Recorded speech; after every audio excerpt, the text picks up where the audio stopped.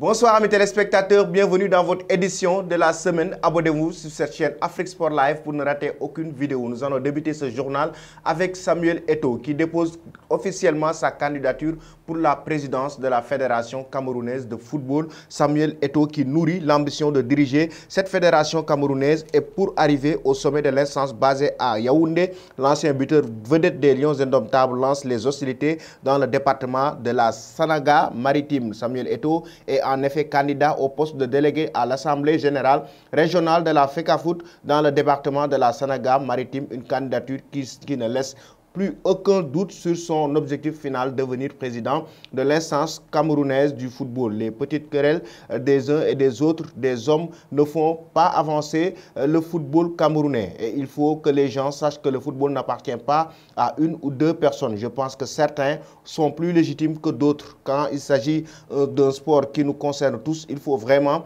que les gens soient mesurés, qu'ils reprennent leurs esprits et qu'ils ne se disent pas qu'ils ont un mandat pour rester là sans projet. Il s'agit d'un projet et il faudrait qu'il soit mesuré, a prévenu Samuel Eto'o lors d'un passage au Cameroun fin août.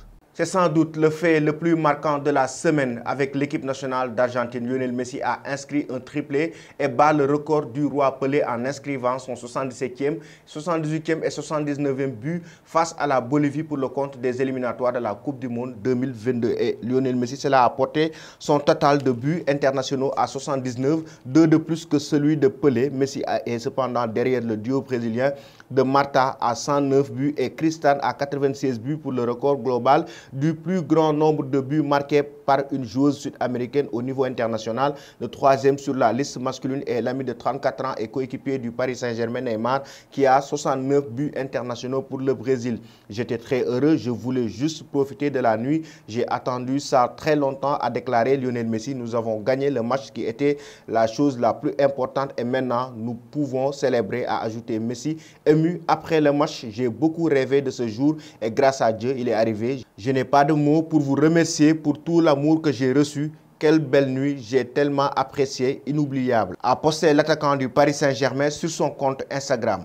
L'autre point marquant, c'est le coup de gueule de Neymar avec l'équipe nationale brésilienne. Pourtant, il a été décisif avec sa sélection brésilienne, mais depuis quelques semaines, le joueur du Paris Saint-Germain, Neymar, a été victime de plusieurs critiques. Agacé par ces critiques d'ailleurs réalisées sur son poids, l'attaquant du Brésil, Neymar, a affiché ses abdominaux après son but contre le Pérou, 2-0 ce vendredi lors des éliminatoires de la Coupe du Monde 2022. Dans la foulée, le Brésilien s'est arrêté au micro de TV Globo pour pousser un énorme coup de gueule. Le collectif est le plus important. J'ai toujours apprécié ça. En même temps, je suis très heureux de détenir le record de buts des éliminatoires, d'être le meilleur passeur avec le maillot de l'équipe nationale brésilienne et bientôt, si tout se passe bien, de dépasser Pelé, 77 buts. Je ne sais plus ce que je dois faire avec ce maillot pour que les gars respectent Neymar. Cela fait depuis longtemps que c'est comme ça. Avec vous, les journalistes, les commentateurs et autres, parfois, je n'aime pas plus parler dans les interviews, mais à des moments importants, je viens donner mon avis, a fait savoir le joueur du Paris Saint-Germain très remonté.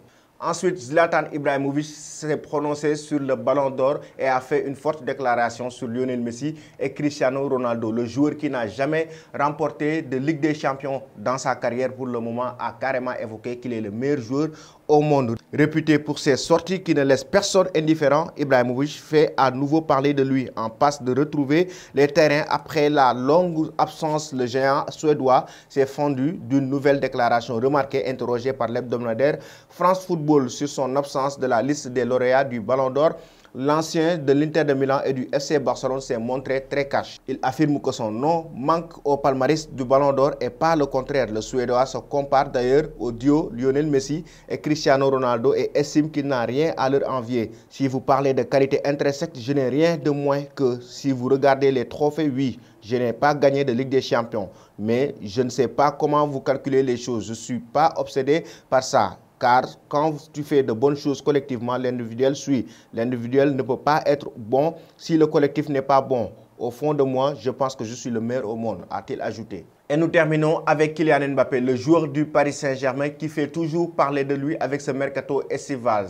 Sa future clause libératoire au sein du Real Madrid a été dévoilé. La presse ibérique est désormais sûre de son fait. Non seulement le natif de Bondy ne prolongera pas son bail avec la capitale française, mais il signera bien libre sans aucune indemnité de transfert pour la Maison-Blanche. Le quotidien ABC va même plus loin et donne tous les détails du futur contrat de Mbappé au sein de la Maison-Blanche. Un an de contrat, un contrat de 6 ans jusqu'en juin 2028 attend le champion du monde au Real Madrid avec un salaire de 30 millions d'euros la première année et de 20 millions d'euros pour les 5 suivantes. Un salaire qui serait très inférieur à l'offre du Paris Saint-Germain pour le retenir, 45 millions d'euros net par an. Preuve de détermination de Mbappé à faire ce choix. Mais ce n'est pas tout. ABC connaît déjà le montant de la clause libératoire de l'ancien monégasque, clause obligatoire dans tous les contrats espagnols. Le Real Madrid a prévu de l'indexer sur celle de ses superstars historiques Gareth Bale et Karim Benzema, la même qu'à l'époque de Cristiano Ronaldo, 1 milliard d'euros.